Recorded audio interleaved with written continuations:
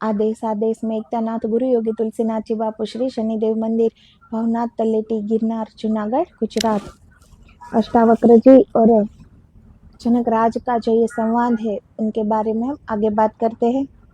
सुख और दुख जिसके लिए समान है, ख्याल रखना तुम अगर चेष्टा करो तो सुख और दुख समान हो सकते हैं और फिर भी तुम बंधन में रहोगे। जीवन और मृत्यु भी समान हो सकती है। मान्यता के आधार पर तुम अपने को समझा ले सकते हो, तुम अपने को सम्मोहित कर ले सकते हो कि सब समान है, लेकिन इससे कोई महत घटना न घटेगी जो तुम्हें बदल जाए और तुम्हें नए अर्थ और नए अभिप्राय और नए आकाश दे जाए।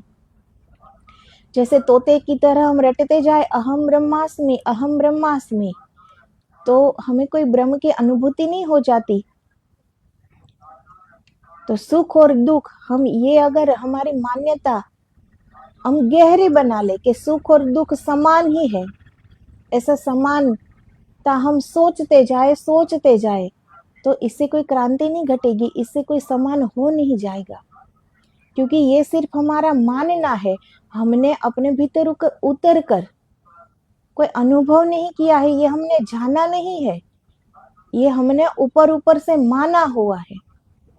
तो कोई भी बात हम दोहराते रहे, इसका मतलब ये नहीं कि उसकी अनुभूति हमें हो जाएगी। दोहराने से ये बात पक्की हो सकती है हमारे दिलो दिमाग पर, लेकिन दोहराने से हमारे अंदर कुछ घटित नहीं होता। इसके लिए हमें अपने भीतर उतरना पड़ता है। तोते की तरह कुछ रटते जाओ, इससे कुछ भी फर्क नहीं पड़ेगा। जीवन में कोई फायदा ना होगा, ये ऊपर ऊपर मन के तल पर होगा सब कुछ। जनक राज ने कहा, अब जनक राज के सूत्र है, ये बड़े अनूठे सूत्र है। ऐसा लगता है जैसे जनक राज की गहराई में उतर कर अष्टावक्र जी ने कहे होंगे। तो अष्टावक्र जैसे सदगुरु जो पूरे उतर गए अपने शिष्य में, और हर सदगुरु अपने शिष्य में वो पूरे उतर जाते हैं, लेकिन शिष्य की श्रद्धा पे ये सब होता है। एक शिष्य अगर सदगुरु को अपने ही जैसा माने तो कुछ नहीं हो सकता। सदगुरु की पदवी क्या है, उनकी स्थिति क्या है, सदगुरु क्या है, ये कभी हम नहीं समझ पाएंगे। जब तक हम उस स्थिति में नहीं पहुंचते तब तक हम कुछ भी नहीं जान पाएंगे सदगुरु के बारे में। सदगुरु के बारे में तो ईश्वर भी नहीं जान पाते। सदगुरु जितना ईश्वर को भी अपने आप को बताना चाहे ना, वही ईश्वर देख सकते हैं। इतनी ऊंची, इतनी परम स्थिति में सदगुरु होते हैं। तो अष्टावक्र जी ने जो ये बात कही, वो जनक राज की गहराई में उतर कर, और जनक राज की गहराई में जो बात है वही बात अष्टावक्र जी ने कही है। ऐसा लगता है कि जैसा अष्टावक्र जी चाहते होंगे ठीक वैसा जनक जी ने प्रत्युत्तर दिया। ऐसा शिष्य पाना दुर्लभ है। तो गुरु तो बहुत मिल जाएंगे, लेकिन शिष्य होना ये बड़ी दुर्लभ बात है। सिखाना बहुत आसान है, लेकिन मुझे कुछ नहीं आता, मैं सीखने आया हूं, ये कहना, ये स्वीकार करना, ये बड़ी बात है कि शिष्य अपने आप को मिटाने के लिए राजी है, वो समर्पित होने आया है सदगुरु के चरणों में। ये बड़ी बात है।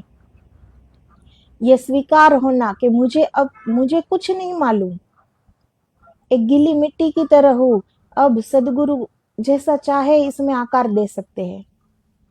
लेकिन ऐसा बनना ये बहुत बड़ी बात है। गुरु कुछ कहते हैं तो शिष्य, और ये तो मुझे पता ही है, बीच में से बात काट कर अपनी बात शुरू कर देता है, अपना ज्ञान दिखाने लगता है। अब शिष्य को जो पता है वो सुनी हुई बात है, वो पढ़ी हुई बात होगी, लेकिन सदगुरु जो बोलते हैं ये उनकी अनुभूति की बात है। कितना फर्क है, जमीन आसमान की तरह इतना फर्क है। लेकिन शिष्य, उनकी अहंता, उनका अहंकार के मुझे भी ये पता है, मैं भी ये जानता हूँ, ये दिखाने के लिए बोलता है। जानने से क्या होगा? जानते तो जीव मात्र सब जानते हैं कि ये मानव देह में क्यों मिला है, मुक्ति के लिए मिला है। सत्य की राह क्या होती है सबको पता है, सबको पता है यहाँ। लेकिन कौन चलता है? पता होने से क्या होगा? तो जो हमें पता है, जब तक हमारे स्वयं का अनुभव नहीं है, और जो पता है वो या तो पढ़ा हुआ है या सुना हुआ है। ये हमारे स्वयं की अनुभूति नहीं है कि इसके लिए हम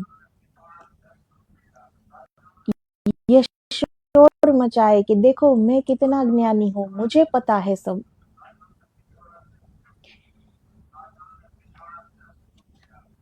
तो जनक राज जैसा शिष्य, अष्टावक्र जी जैसे सदगुरु पाना तो दुर्लभ ही है, लेकिन जनक राज जैसा शिष्य पाना अति दुर्लभ है।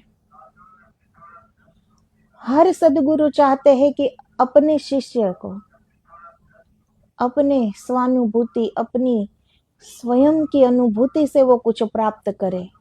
ये सारे सदगुरु की यही अपेक्षा होती है अपने शिष्य के लिए, कि शिष्य इतनी मेहनत करे, इतनी सत्य की राह पर चले, परमात्मा की ओर चले। लेकिन बड़ी दुर्लभ बात है कि इतना समर्पित कोई हो सके। और जो जनकराज की तरह इतना समर्पित हो गया, वो पा गए अपने आप को। अपने सदगुरु के दर्पण में जनकराज ने अपने आप को पा लिया, अपने आप को देख लिया। और स्वयं को जानना, स्वयं को जानते ही परमात्मा को जान लिया जाता है, क्योंकि वो कोई अलग नहीं है, वो हमसे भिन्न नहीं है। ये जो भिन्नता है वो हमारी की हुई भिन्नता है। हम स्वयं ईश्वर से दूर चले गए, परमात्मा से दूर हम हो गए हैं। वापस लौट कर आ जाए तो परमात्मा तो अपनी जगह मौजूद ही है। तो ऐसा खाली होना, ऐसा समर्पित होना, ऐसे मिटना, पूरी तरह से मिटना, ये बड़ी दुर्लभ बात है। इसलिए शिष्य बनना बड़ी कठिन बात है। जनकराज ने कहा, मैं आकाश की भांति हूँ, संसार घड़े की भांति, प्रकृति जन्य है ऐसा ज्ञान है, इसलिए न इसका त्याग है और न ग्रहण है और न लय है। अब एक सदगुरु ने ऐसे ही प्रत्युत्तर की अपेक्षा रखी होगी जैसा प्रत्युत्तर जनकराज ने दिया। आज अष्टावक्र जी को भी गर्व हुआ होगा अपने शिष्य पर। यही उत्तर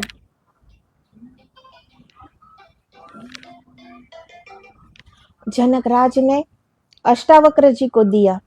तो बड़ी क्रांति की बात कही जनकराज ने। नाच उठे होगे अष्टावक्र जी। आकाश वदनंतो अहम घटवत प्राकृतम जगत, मैं हूँ आकाश की भांति, संसार तो घड़े की भांति है, बनता और मिटता रहता है। आकाश पर इसका कोई परिणाम नहीं है। संसार उठते हैं, बनते हैं, मिटते हैं, जैसे सपने बनते, उठते, मिटते, लेकिन साक्षी तो आकाश जैसा शुद्ध बना रहता है। अब ये संसार, ये सृष्टि कोई पहली बार तो बनी हुई है नहीं। ये कितनी ही बार ये सृष्टि बनी और इनका लय हो गया। प्रणव ओमकार, इस ओम से ही सृष्टि का सर्जन हुआ है। और जब लय होता है तो ओम में ही ये पूरी सृष्टि समाहित हो जाती है, लय हो जाती है। ऐसी तो कितनी बार ये सृष्टि बनी और उनका लय हो गया। तो जनकराज कह रहे हैं कि ये सृष्टि तो एक घड़े की तरह है, कि घड़ा टूटता है फिर बनता है, फिर टूटता है फिर बनता है, लेकिन मैं तो आकाश की भांति हूँ, साक्षी हूँ। ये सृष्टि जितनी बार भी बने, जितनी बार भी लय हो जाए, वापस बने, वापस लय हो जाए, लेकिन आकाश वो साक्षी बनकर ये सब देख रहा है। तो जनकराज कह रहे हैं कि मैं आकाश की भांति हूँ और ये सृष्टि, ये जगत, ये घड़े की भांति है, बनता है और मिटता रहता है, लेकिन साक्षी तो आकाश जैसा शुद्ध बना रहता है। मुझे कोई चीज अशुद्ध कर ही नहीं सकती, इसकी घोषणा की जनक राज ने। इसीलिए आप यह तो बात ही छोड़ दे कि मैं शुद्ध होकर और मुक्ति को प्राप्त हो जाऊं, मैं कभी अशुद्ध हुआ ही नहीं। जनक राज का जब देहाभिमान छूट गया, गिर गया, होगा ही नहीं, इतने ज्ञानी थे पहले से ही, बस स्वयं को जानना बाकी था, और सब कुछ तो जानते ही थे जनक राज। तो जानने में और पाने में कितना फर्क है। जनक राज की सभा में बड़े बड़े विद्वान, महापंडित, बड़े बड़े संत, महात्मा, ज्ञानी की चर्चा हर रोज करते थे, सब कुछ जानते थे जनक राज। लेकिन पाया कब? जब अष्टावक्र जी जैसे सदगुरु प्राप्त हुए जनक राज को, तब जनक राज ने स्वयं को पा लिया। उन्होंने देख लिया कि सारी सृष्टि में एक ही चैतन्य बह रहा है, परमात्मा के सिवा कुछ है ही नहीं इस सृष्टि में, दूसरे किसी का अस्तित्व है ही नहीं। तो जनक राज ने जो ये उद्घोषणा की है कि मैं तो स्वयं शुद्ध हूं, तो ये बात तो कैसे हो सकती है कि अब मैं शुद्ध हो और मुक्ति को प्राप्त हो जाऊं? मैं तो परम मुक्त हूं, क्योंकि उन्होंने अपने आप को देख लिया, ये आत्म दर्शन पा लिया, और आत्मा वो परम शुद्ध है और परम मुक्त भी है। तो अब वो आत्म भाव में क्या, वो आत्मा परमात्मा के साथ मिलकर एक हो गए, अब परमात्मा ही बन गए। तो फिर अब कहीं शरीर, मन, बुद्धि, चित्त, अहंकार कुछ है ही नहीं, सब कुछ गिर गया। तो अब जो बाकी बचा है वो तो परम शुद्ध है, परम मुक्त है। तो अलग से कैसे मुक्त है जनक राज? अब उनके सदगुरु कहते हैं कि जो तरंग उठ रही है उसे सब कुछ छोड़कर तू मुक्त हो जा। तो कैसे मुक्त होए जनक राज? क्योंकि पहले से ही मुक्त है। माना कि दूध में पानी मिलाया जा सकता है, क्योंकि दूध और पानी दोनों ही एक ही ढंग के पदार्थ है। तुम तेल में पानी को तो न मिला सकोगे, फिर भी तेल और पानी को साथ साथ तो किया ही जा सकता है, मिले न मिले एक ही बोतल में भरा तो जा ही सकता है, क्योंकि दोनों फिर भी पदार्थ है। लेकिन आकाश को तो तुम किसी चीज से भी मिला नहीं सकते, आकाश तो शुद्ध निर्विकार है। अब दूध में पानी मिला सकते हैं हम, एक हो जाता है, दूध में पानी मिलाकर वो एक ही जैसा रंग, एक वो पानी और दूध बिल्कुल एक जैसा हो जाता है। अब तेल में पानी मिलाए हो तो क्या दोनों मिल सकते हैं? दोनों नहीं मिल सकते। लेकिन है तो दोनों पदार्थ ही ना, हम उसे बोतल में भर सकते हैं। लेकिन आकाश को कोई कैसे बोतल में भरे? आकाश में कोई क्या मिलाए? वो परिशुद्ध है, कुछ मिलाया जा ही नहीं सकता आकाश को। तो आकाश है वो परिशुद्ध है, और आकाश की भांति मैं हूं।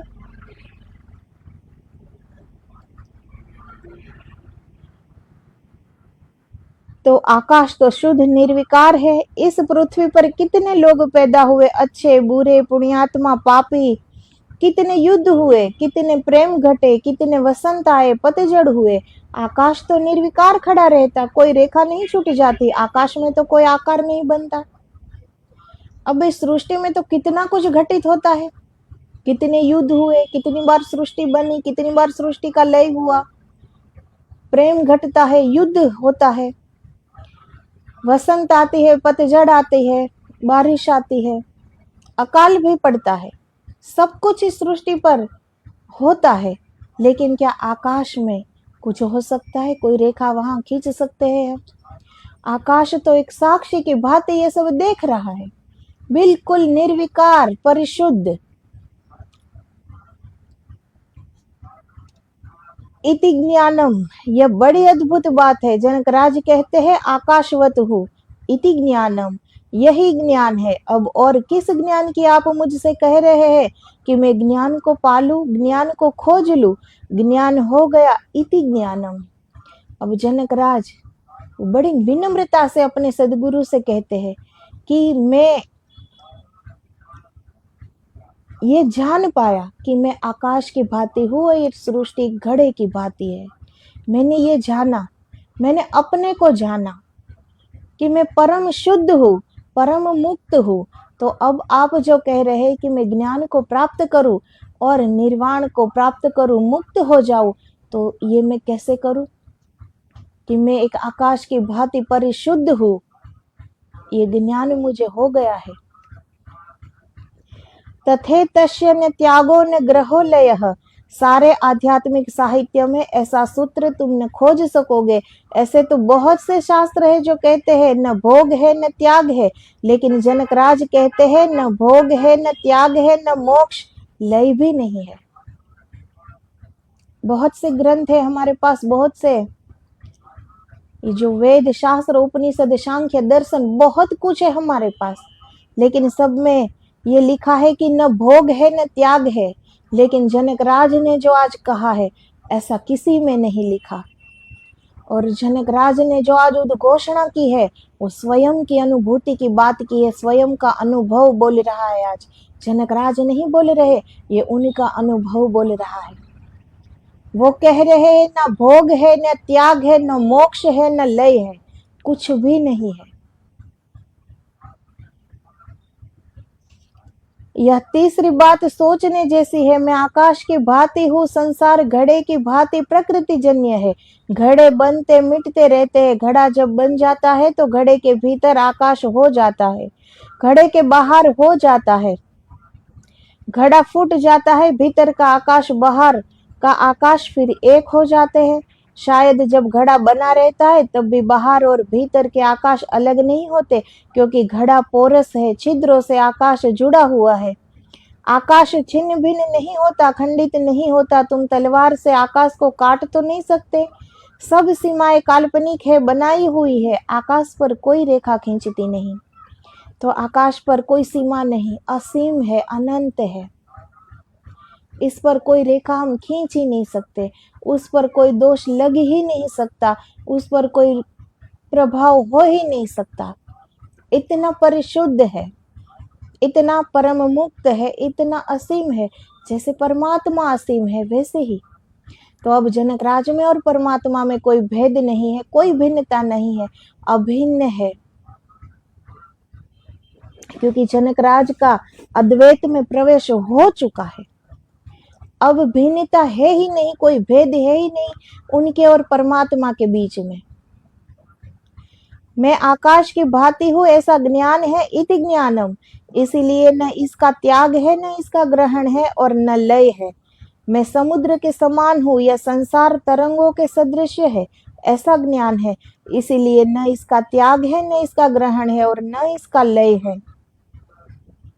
महोदधीरि वाहम स प्रपंचो विचिसन्निभिः इति ज्ञानम तथे तस्य न त्यागो न ग्रहो लयः।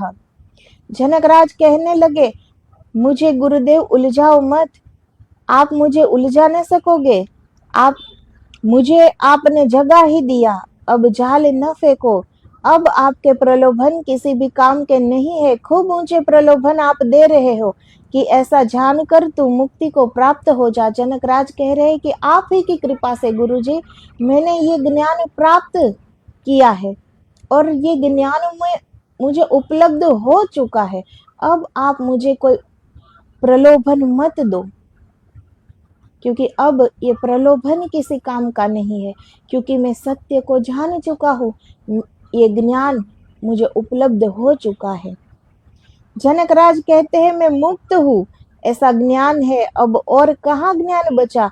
मुक्त हो जाऊं तो फिर तुम वासना को जगाते हो, मोक्ष को खोजूं तो फिर तुम आकांक्षा को जगाते हो, फिर पल्लवित करते हो। जो जल गया, दग्ध हो गया, मिट गया, यह बात किससे कर रहे हो? बंद कर लो ये प्रलोभन देना। अब आप मुझे न फुसला सकोगे। अब जो उनके गुरुजी कह रहे हैं कि तू मोक्ष को प्राप्त हो जा, तू ज्ञान को उपलब्ध हो जा, तो ये तो एक फिर से कोई नई बात हुई ना। वो बिल्कुल शून्य है अभी जनकराज। और इसमें एक बात चले कि अभी मुझे मुक्ति को प्राप्त होना है, तो ये तो फिर से नव पल्लवित कर रहे, ऐसा ही हुआ ना। इसलिए जनकराज कहते हैं कि अब आप मुझे फुसला न सकोगे, क्योंकि मुझे सत्य ज्ञान हो चुका है। ये कोई भ्रमित ज्ञान नहीं है कि मैं भरमा जाऊं, मैं भ्रमित हो जाऊं, मैं फिर भ्रांति में पड़ जाऊं, लेकिन जो मुझे ज्ञान हुआ है वो आपकी कृपा से मुझे सत्य ज्ञान हुआ है। अष्टावक्र जी जैसा कुशल व्यक्ति भी बड़ी सूक्ष्म भाषा में छिपे हुए जाल को जनकराज को अब बेच नहीं पाते हैं। जनकराज अब ग्राहक ही न रहे, जनकराज निश्चित ही जागे हैं। अब जनकराज सत्य में जाग गए हैं। इसीलिए अष्टावक्र जी जैसे सदगुरु भी उस जाल में अब लपेट नहीं सकते। अब वो कुछ भी कह ले, कुछ भी प्रलोभन दे दे, कहीं से भी उनके कान पकड़े, लेकिन अब जनकराज वो कहीं उसे फुसला ही नहीं सकते अब कोई इसे। महोदधि जैसे समुद्र में, महोदधि में उठती है तरंगे, ऐसा ज्ञान है। मैं महोदधि हूँ, मैं समुद्र हूँ, यह संसार तरंगों की सदृश है। यह संसार मुझसे अलग दिखाई पड़ता हुआ भी अलग कहाँ, लहरें समुद्र से अलग कहाँ है, समुद्र में है, समुद्र की है, समुद्र ही तो लहराता है, और कौन है। यह संसार भी मैं हूँ, इस संसार का न होना भी मैं हूँ। तो ये जो समुद्र में जो तरंगे उठती है, संसार उस तरंग की भांति है और मैं समुद्र हूँ। अब तरंग कितनी भी ऊंची उठ ले, लेकिन समाना तो समुद्र में ही पड़ेगा ना।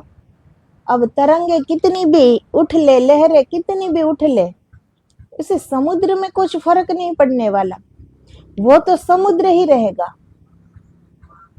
तरंगे उठती है तो फिर समाहित भी तो समुद्र में हो जाती है ना। तो जनकराज कह रहे हैं कि मैं समुद्र हूं और ये संसार ये तरंग की भांति है, आज उठा है कल समाहित हो जाएगा इसी समुद्र में। तो मैं इस संसार का हूं भी और इस संसार का नहीं भी हूं। जब लहरें होती है तब भी समुद्र है, जब लहरें नहीं होती तब भी समुद्र है, ऐसा ज्ञान है। अब किसको छोड़ू, समुद्र लहरों को छोड़े, बात ही समझो, बात ही ना समझी की है। समुद्र लहरों को पकड़े, पकड़ने की कोई जरूरत ही नहीं है, लहरें समुद्र की ही है। मुक्ति कहाँ, मोक्ष कहाँ, कैसी मुक्ति, कैसा मोक्ष।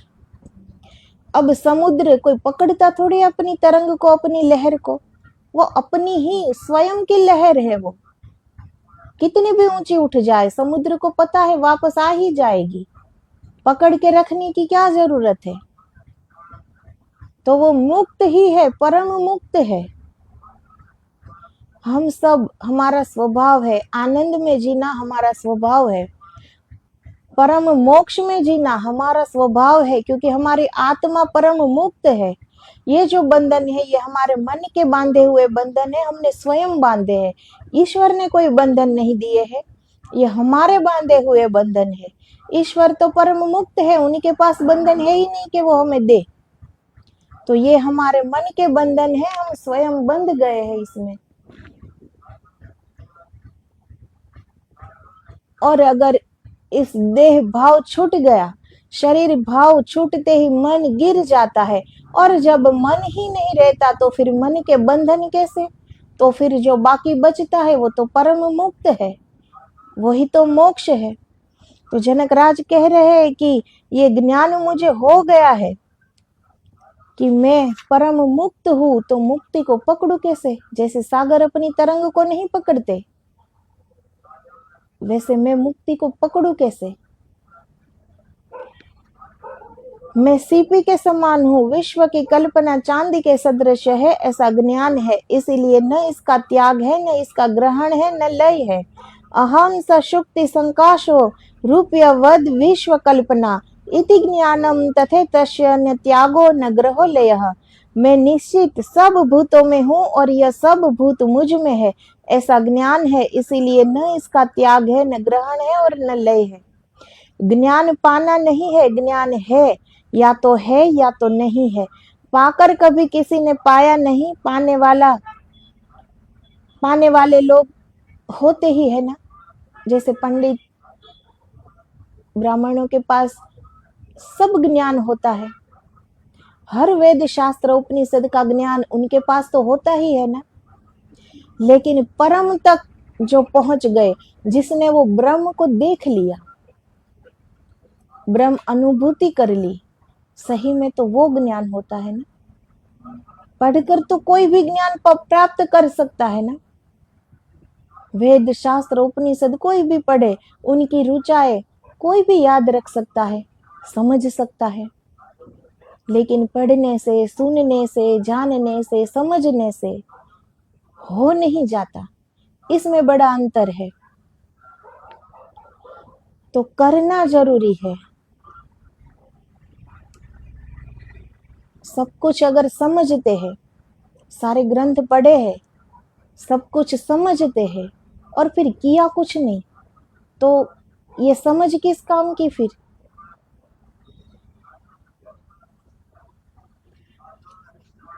तो जनकराज कहते हैं कि ज्ञान को पाया नहीं।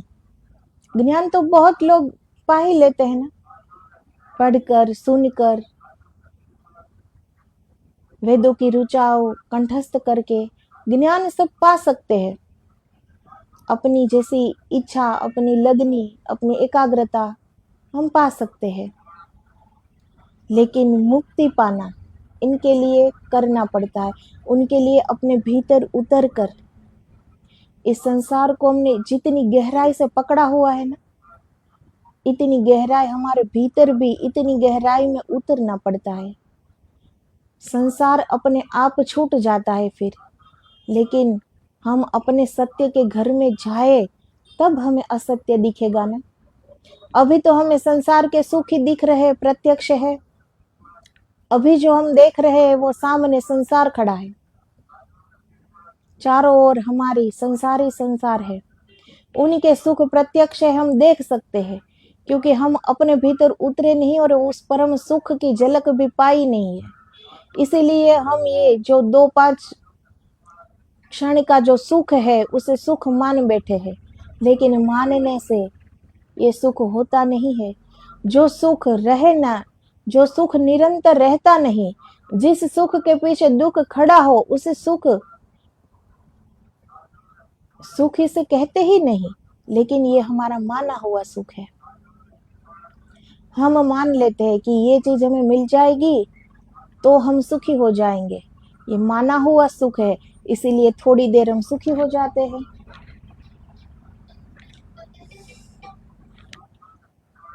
इसीलिए जब तक हम स्व अनुभूति नहीं कर लेते, जब तक हमारा स्वयं का कुछ अनुभव नहीं है, तब तक हम मुक्त नहीं हो सकते। और जब तक हम स्वयं को पा लेते हैं, स्वयं को जान लेते हैं, तो पता लग जाता है कि मुक्ति को कहाँ खोजना था, मुक्ति को कहाँ ढूंढना था।